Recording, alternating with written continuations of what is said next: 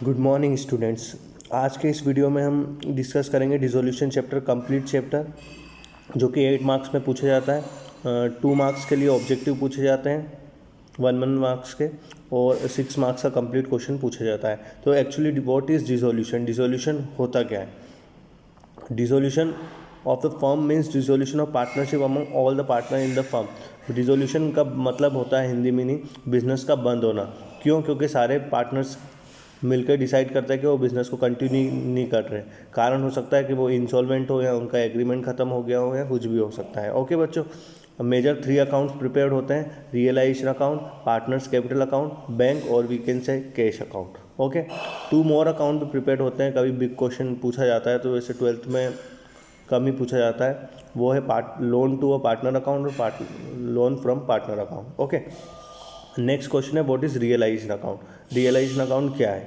Realisation account वो account है जो प्रिपेयर होता है डिसोल्यूशन के टाइम पे।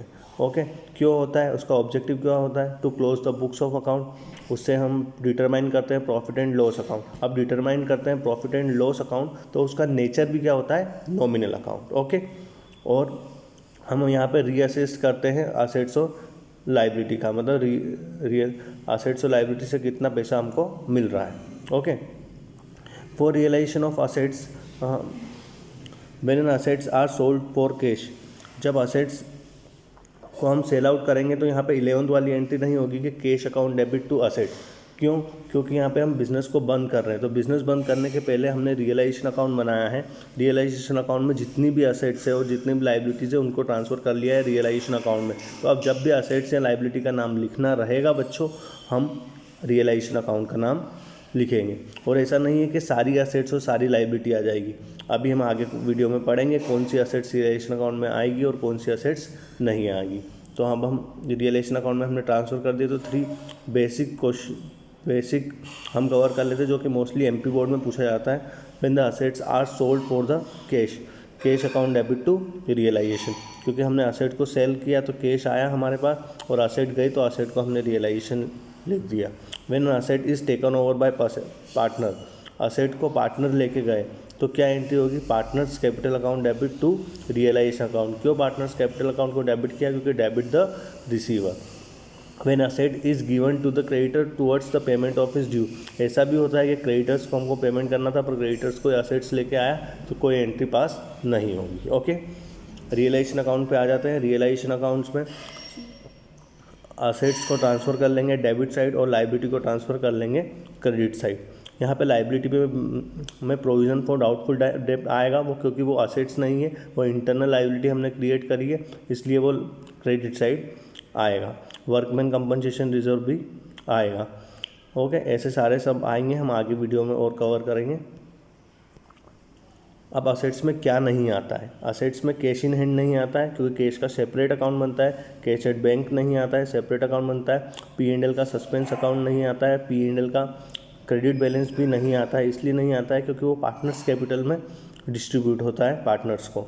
एडवर्टीजमेंट सस्पेंस भी नहीं आता है, और पार्टनर्स कैपिटल और पार्टनर्स करंट अकाउंट भी नहीं आता है। और लाइबिलिटी में क्या नहीं आता है? पार्टनर्स कैपिटल नहीं आता है बच्चों, पार्टनर्स करंट अकाउंट नहीं आता है, पार्टनर्स लोन अकाउंट नहीं आता है। पार्टनर्स लोन अकाउंट इसलिए नहीं आता है क्योंकि उसे भी इंटरनल ही माना गया है। रिजर्व एंड सरप्लस नहीं आता है, जनरल रिजर्व नहीं आता है, P&L नहीं आता है। अब यहाँ पे P&L क्रेडिट बैलेंस नहीं आता है। इसके पहले ऊपर जो बताया था वो P&L डेबिट बैलेंस था। Okay, treatment of realisation account. Realisation account क्या होता है? अभी हमने पढ़ा था वो ऐसे एक्सपेंसेस जो फर्म डिसॉल्व करने के टाइम पे बियर करती है, वो रियलाइजेशन एक्सपेंसेस होते हैं। तो अब उनका ट्रीटमेंट कैसे होता है वो इम्पोर्टेंट पार्ट है, क्योंकि वहाँ से 1 मार्क्स तो बनता है। 6 मार्क्स के क्वेश्चन भी वहाँ से पॉइंट पूछेंगे, और डायरेक्ट कुछ ना दिया हो तो आप डायरेक्ट कर सकते हो कि आपने बस एंट्री लिख दी, पर ऐसा नहीं है। आपको पूरे टॉपिक कवर करना है, डीप में जाना है बच्चों। अब firm only record only realisation expense. Firm realisation expenses तब रिकॉर्ड करेगी या तो जब उन्होंने पे किया हो या उनका ऑब्लिगेशन हो, मतलब उनके बिहाफ पे किसी ने किया हो पर ऑब्लिगेशन उनका था। ओके, सेकेंड है if there is a firm liability it will be shown in the realisation account it being paid by the firm on the partner. Firm की लाइबिलिटी है, भले ही पार्टनर ने पे की हो, पर हमें रियलाइजेशन अकाउंट में लिखना है, ठीक है। If the realisation expenses are paid by the firm on the behalf of the partner and then it will be shown in the partners capital. अब लाइबिलिटी हमारी नहीं थी, लाइबिलिटी पार्टनर्स की थी, पर पे हमने की, तो अब जो एंट्री पास होगी वो पार्टनर्स कैपिटल अकाउंट में आएगी। ओके, जनरल एंट्रीज पे मूव ऑन करते हैं बच्चों। Asset transfer to realisation, assets को रियलाइजेशन में ट्रांसफ़र करेंगे तो रियलाइजेशन को डेबिट करेंगे और असेट्स को क्रेडिट करेंगे। सिंपल सा रूल है, असेट्स का डेबिट बैलेंस होता है और राइट ऑफ की एंट्री में हम साइड चेंज कर देते हैं। Okay, note, bank P&L debit balance, capital और debit balance are not transfer, जैसा कि हमने आगे पहले भी पढ़ा है। Okay, liability transfer to realisation account, external liability account debit to realisation account, ठीक है। लाइबिलिटी की साइड क्रेडिट होती है तो हम ट्रांसफ़र कर रहे हैं तो डेबिट कर दिया। Okay, note, internal liabilities such as capital account, current account, partners loan account are not transferred, ये इंटरनल लाइबिलिटीज ट्रांसफ़र नहीं होगी। अब हम असेट को सेल आउट करेंगे, तो अभी हमने जब वीडियो स्टार्ट किया था तभी स्टडी किया था कि bank account debit to realisation entry होगी। फोर्थ है पेमेंट ऑफ लाइबिलिटी, लाइबिलिटी का पेमेंट करेंगे तो realisation account debit to bank, क्योंकि पैसे जाएंगे। Note, if there is no information given in the adjustment then also the payment was made to the outsider. इसका मतलब ये है बच्चों कि ऐसा क्वेश्चन में नहीं दिया है कि लाइबिलिटी का पेमेंट करना है, तब भी आपको मानना है कि लाइबिलिटी का पेमेंट आपको करना है, पर असेट्स के साथ ऐसा नहीं है। असेट्स से पैसे जब मिलेंगे तभी रिकॉर्ड करना है। ओके, आगे हम वीडियो में पढ़ लेंगे और रिमेंबर पॉइंट्स में। Okay, general reserve, workman compensation reserve, P&L balance, okay, इन सबको हम डिस्ट्रीब्यूट कर देते हैं पार्टनर्स कैपिटल अकाउंट में ओल्ड रेशो में, ठीक है। Note, the amount of WCR transferred only up to the remaining amount after claim. अब WCR के साथ क्या है, WCR के साथ ऐसा है कि जितने का क्लेम है उतना क्लेम तो रियलाइजेशन अकाउंट में चले जाएगा, पर जितना बचेगा क्लेम के बाद अमाउंट वो डिस्ट्रीब्यूट होगा। हर चैप्टर में ऐसा ही है, आप एडमिशन चैप्टर ले लीजिए, रिटायरमेंट चैप्टर ले लीजिए, PSR चैप्टर ले लीजिए, सब हर जगह जो एप्रोप्रिएशन ऑफ प्रॉफिट है वो डिस्ट्रीब्यूट होता है ओल्ड पार्टनर में ओल्ड रेशो में। Okay, payment of partners loan, important topic, partners का लोन का पेमेंट हमको करना है, पार्टनर के लोन का हमको पेमेंट करना है, तो partners loan account debit to bank entry होगी, ना कि realisation account debit to bank होगी। क्योंकि बच्चों पार्टनर्स लोन जो है वो इंटरनल है, इसलिए पार्टनर्स लोन यहाँ पे आएगा। When the partner receive less amount it's give a discount then entry will be pass. अब पार्टनर बहुत समय से काम कर रहा है तो वो डिस्काउंट तो दे सकते हैं हमको, तो वो डिस्काउंट देंगे तो एंट्री क्या होगी। फॉर एग्जांपल हमको उनको 10,000 रुपीज़ देना था, पर उन्होंने हमको 500 रुपीज़ का डिस्काउंट दे दिया, तो अब एंट्री क्या होगी, पार्टनर्स लोन अकाउंट डेबिट कितने से होगी बच्चों, 1,000 से। ओके, सॉरी 1,000 का एग्जांपल ले लेते हैं बच्चों अपन, 10,000 रुपीज़ का है, तो पार्टनर्स लोन में 10,000 आएगा, to bank 9,500 and to realisation 500, मतलब डिस्काउंट की जगह हमें नया अकाउंट ओपन करना है, रियलाइजेशन अकाउंट, तो एंट्री होगी partners loan account debit to bank to realisation. Okay,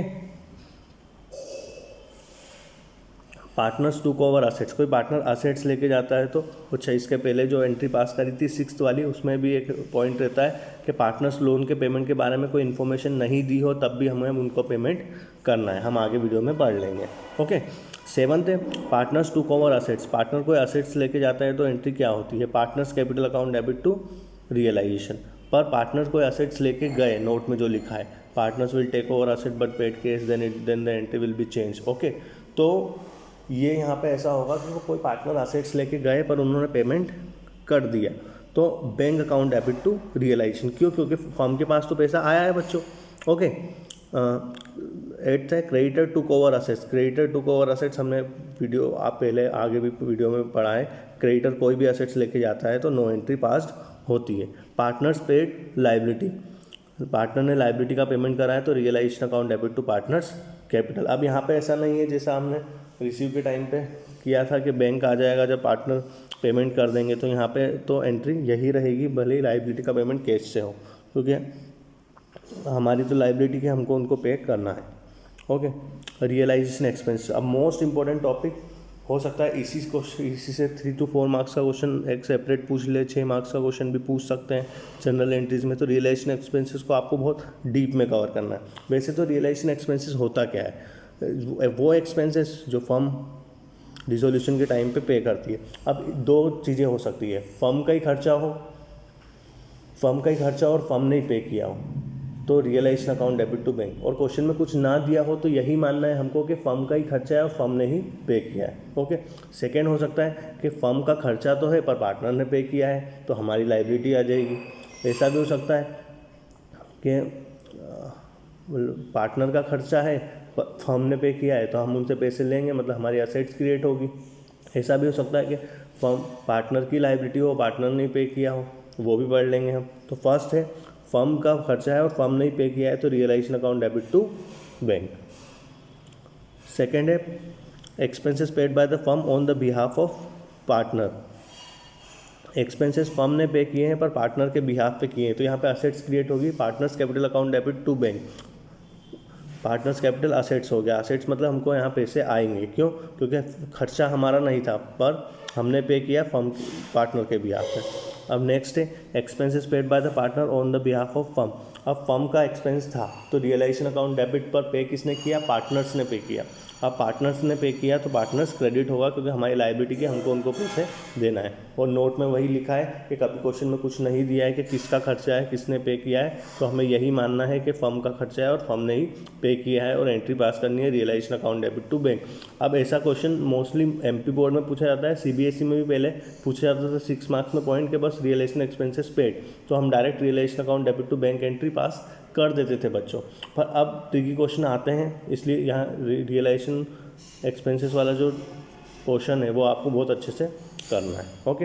अब हम इस चैप्टर को वैसे तो कंप्लीट हो चुका है, बट कुछ पॉइंट्स रिमेंबर हमको रहना चाहिए। वाइल हम 6 मार्क्स का क्वेश्चन करें या 1-2 मार्क्स का क्वेश्चन करें, तो उसके लिए पॉइंट्स रिमेंबर है। फर्स्ट पॉइंट है when an asset is given to the creditor on the behalf of the payment of dues then the no entry is passed। यह फर्स्ट पॉइंट ऐसा बोल रहा है कि जो क्रेडिटर है वो असेट्स लेके जाते हैं तो एंट्री पास नहीं होती है। ओके। सेकेंड है जितनी रेम्यूनरेशन होती है उतने ही एक्सपेंसेस होते हैं। जितनी रेम्यूनरेशन होती है इन द सेंस जब आप रियलाइजेशन एक्सपेंसेस की एंट्री करते हो वहाँ पे 2 अमाउंट शो होते हैं, बच्चे कंफ्यूज होते हैं कौन सा अमाउंट ले, तो रेम्यूनरेशन वाला अमाउंट ही आपको चूज़ करना है। Okay. If there is no adjustment given in the adjustment related to WCR, no WCR will be transfer to realisation account. WCR workman compensation reserve. अब वर्कमैन कंपनसेशन रिजर्व जो है बच्चों, workman compensation reserve को आपको जितने की liability है उतना ही रियलाइजेशन अकाउंट में ट्रांसफ़र करना है, और जितना बच जाएगा उसको तो आप ट्रांसफ़र कर ही लोगे पार्टनर्स कैपिटल अकाउंट में। Workman compensation reserve actually workers के लिए बनाया जाता है। Investment fluctuation reserve, depreciation reserve आप यहाँ पे प्रोविज़न फॉर डाउटफुल डेट भी ले सकते हो। ये ऐसी चीज़ें हैं जिन्हें सेम मतलब प्रोविज़न के साथ भी ऐसा ही है, उनको लेंगे तो सही रियलाइजेशन अकाउंट में, पर उनका पेमेंट नहीं करेंगे। ऐसा इसलिए बोला है उनका पेमेंट नहीं करेंगे क्योंकि जो लायबिलिटीज़ होती है उसको उनका पेमेंट के बारे में कुछ ना दिया हो तब भी हम पेमेंट करते हैं। ओके। और असेट्स जो होते हैं उनको रियलाइज़ तभी करते हैं जब एडजस्टमेंट में उनके बारे में कुछ दिया हो। ओके। मतलब असेट्स के एडजस्टमेंट में कुछ दिया हो तभी हम करेंगे, एडजस्टमेंट में कुछ नहीं दिया है तब भी पेमेंट करेंगे। एम्प्लॉयज़ प्रोविडेंट फंड का, ओके, एम्प्लॉयज़ प्रोविडेंट फंड को भी ट्रांसफ़र करेंगे रियलाइजेशन अकाउंट में। ओके। तो सेम ऐसे ही उनका पेमेंट भी हम करेंगे। पार्टनर्स लोन का पेमेंट होता है एडजस्टमेंट में कुछ ना दिया हो तब भी। अभी हमने इसके अर्लियर ही पढ़ लिया था कि पार्टनर्स लोन का पेमेंट भी हमको करना ही है, चाहे क्वेश्चन में कुछ ना दिया हो तब भी। कभी क्रेडिटर असेट्स लेके गए तो वो अमाउंट माइनस करके रिमेनिंग पेमेंट करेंगे। ये यहाँ मैं डिस्कस बता देता हूँ। जो क्रेडिटर्स है वो कुछ पार्ट पेमेंट ले गए हैं, कुछ पार्ट पेमेंट ले गए और बचे हुए क्रेडिटर्स कुछ बचे हैं, तो अब उनका पेमेंट भी हमको करना है, हमारा ऑब्लिगेशन है। लास्ट रियलाइज एक्सपेंस तभी रिकॉर्ड किए जाएंगे जब या तो फर्म की लायबिलिटी हो या फर्म ने पे किया हो। Thank you guys, have a nice day. Thank you.